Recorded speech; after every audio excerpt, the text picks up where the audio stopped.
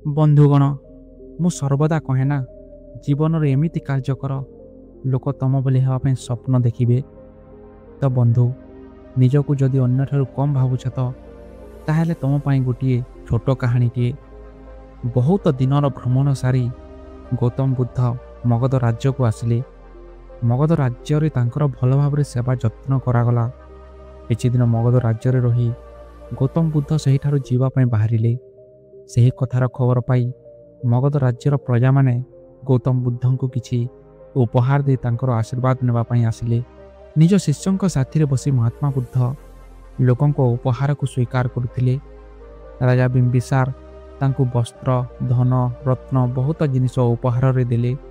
ସେହି ନଗରର ସେଠ ଧନୀ ବ୍ୟକ୍ତି ବି ତାଙ୍କୁ ଧନ, ସ୍ୱର୍ଣ୍ଣ, ବସ୍ତ୍ର ଏମିତି ବହୁତ ଜିନିଷ ଦେଲେ। ବୁଦ୍ଧ ସେହି ଉପହାରକୁ ସ୍ୱୀକାର କରିବାକୁ ଯାଇ ନିଜର ଡାହାଣ ହାତକୁ ଉଠାଇ ସ୍ୱୀକୃତି ପ୍ରଦାନ କରୁଥିଲେ। ଭିଡ଼ରେ ଗୋଟିଏ ବୃଦ୍ଧଟିଏ ଥିଲା। ବୃଦ୍ଧ କହିଲା, ଭଗବାନ, ମୁଁ ନିର୍ଦ୍ଧନୀ ଅଟେ। ମୋ ପାଖରେ ଆପଣଙ୍କୁ ଦେବା ପାଇଁ କିଛି ବି ନାହିଁ। ଆଜି ମୁଁ ଗଛରୁ ପଡ଼ିଥିବା ଆମ୍ବଟିଏ ପାଇଲି। ତାକୁ ମୁଁ ଖାଇବାକୁ ଯିବା ସମୟରେ ମୁଁ ଶୁଣିଲି କି ଆଜି ଆପଣଙ୍କ ଏହି ରାଜ୍ୟରୁ ଯିବାର ଦିନ। କିନ୍ତୁ ମୁଁ ସେହି ସମୟରେ ଅଧ ଆମ୍ବକୁ ଖାଇ ଅଧା ରଖିଥିଲି। ମୁଁ ବି ତୁମକୁ ଉପହାର ଦେବାକୁ ଚାହେଁ, କିନ୍ତୁ ମୋ ପାଖରେ ଏହି ଅଧ ଖାଇଥିବା ଆମ୍ବ ଛଡ଼ା ଆଉ କିଛି ବି ନାହିଁ। ଏହାକୁ ହିଁ ମୁଁ ତୁମକୁ ଉପହାର ଦେବାକୁ ଚାହେଁ। କୃପା କରି ମୋର ଉପହାରକୁ ସ୍ୱୀକାର କରନ୍ତୁ। ସେହିଠାରେ ଥିବା ରାଜା, ମହାରାଜା, ମନ୍ତ୍ରୀ, ପ୍ରଜା, ସେଠ, ଚୌକିଦାର ଦେଖିଲେ କି ମହାତ୍ମା ବୁଦ୍ଧ ନିଜ ଆସନରୁ ଉଠି ଦୁଇ ହାତକୁ ଲମ୍ବାଇ ବୃଦ୍ଧର ସେହି ଅଧା ଖାଇଥିବା ଆମ୍ବକୁ ସ୍ୱୀକାର କରିଲେ।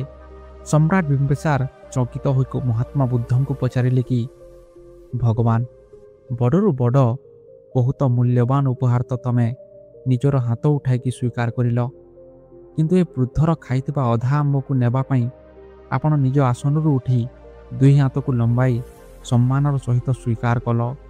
ଏଥିରେ ଏତେ କ'ଣ ବିଶେଷତା ଅଛି? ମହାତ୍ମା ବୁଦ୍ଧ ହସିକି କହିଲେ, ଏ ବୃଦ୍ଧଟି ମୋତେ ତାର ସବୁ ପୁଞ୍ଜିତକ ଦାନ କରିଦେଲା, କିନ୍ତୁ ଆପଣମାନେ ମୋତେ ଯାହା ଉପହାରରେ ଦେଲେ ତାହା ତ ଆପଣଙ୍କ ସମ୍ପତ୍ତିର ଅଧଭାଗର ଛୋଟ ଭାଗଟିଏ। ଏବଂ ଏହା ବଦଳରେ ଆପଣମାନେ ନିଜ ମନରେ ଦାନ କରିବାର ଅହଙ୍କାର ବି ନିଜ ମନରେ ଲୁଚାଇକି ରଖିଛନ୍ତି। ଏହି ବୃଦ୍ଧଟି ମୋ ଉପରେ ଅପାର ପ୍ରେମ, ସ୍ନେହ ରଖି ମୋତେ ତାର ସବୁତକ ଦାନ କରିଦେଇଛି। ତଥାପି ତା ମୁହଁରେ କେତେ ନମ୍ରତା ଏବଂ କରୁଣା ଅଛି। ସେଥିପାଇଁ ଏ ବୃଦ୍ଧ ଦେଇଥିବା ଉପହାର ଆପଣଙ୍କ ଦେଇଥିବା ଉପହାର ଠାରୁ ସର୍ବଶ୍ରେଷ୍ଠ ଅଟେ। ତ ବନ୍ଧୁ, ସମାଜରେ ଅତ୍ୟଧିକ ଲୋକ ଦାନ କେବଳ ଏଥିପାଇଁ କରନ୍ତି କି ତାକୁ କେବଳ ପ୍ରସିଦ୍ଧି ଲାଭ କରିବାକୁ ଅଛି ଏବଂ ତାଙ୍କ ମନରେ ବଡ଼ ଏବଂ ଧନବାନ ହେବାର ଯେଉଁ ଅଭିମାନ ଅଛି ତାକୁ ଶାନ୍ତି ମିଳିବ। ଯାହାକି ସତ୍ୟତା ତ ଏହା ଅଟେ, ଦାନ ତାହାକୁ କୁହାଯାଏ ଯାହାକି ଅଭିମାନ ନ ରଖି, ନିଜର ମନରେ ତିଳେ ମାତ୍ରେ ଅହଙ୍କାର ନ ରଖି ଅନ୍ୟର ଉପକାର ପାଇଁ ଦିଆଯାଇଥାଏ।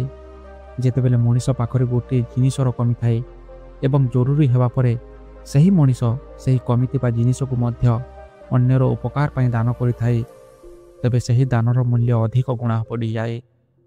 କାହିଁକି ନା ଅତିରିକ୍ତ ବଡ଼ ଜିନିଷକୁ ବାଣ୍ଟିବା ଦାନ କୁହାଯାଏ ନାହିଁ। ଆଜିକାଲି ତ ପ୍ରତ୍ୟେକ ଲୋକ ଦାନ କରୁଛନ୍ତି, କିନ୍ତୁ ଦାନ କରିସାରିବା ପରେ ଗୋଟିଏ ବଡ଼ ଲିଷ୍ଟ କରିକି ଲୋକଙ୍କୁ ଦେଖାଉଛନ୍ତି କି ମୁଁ ଏହା ସବୁ ଦାନ କରିଛି। ତ ବନ୍ଧୁ, ସବୁଠାରୁ ଶ୍ରେଷ୍ଠ ଦାନ ତ ତାହା ଅଟେ ଯାହାକି ତମ ପାଖରେ ଅଧା ଅଛି, କିନ୍ତୁ ସେହି ଅଧା ତକ ତମର ସବୁ କିଛି ଏବଂ ଅନ୍ୟର ଉପକାର ପାଇଁ ତମେ ତାକୁ ମଧ୍ୟ ଦାନ କରିଦେଲ। ତାହା ହିଁ ହେଉଛି ଶ୍ରେଷ୍ଠ ଦାନ।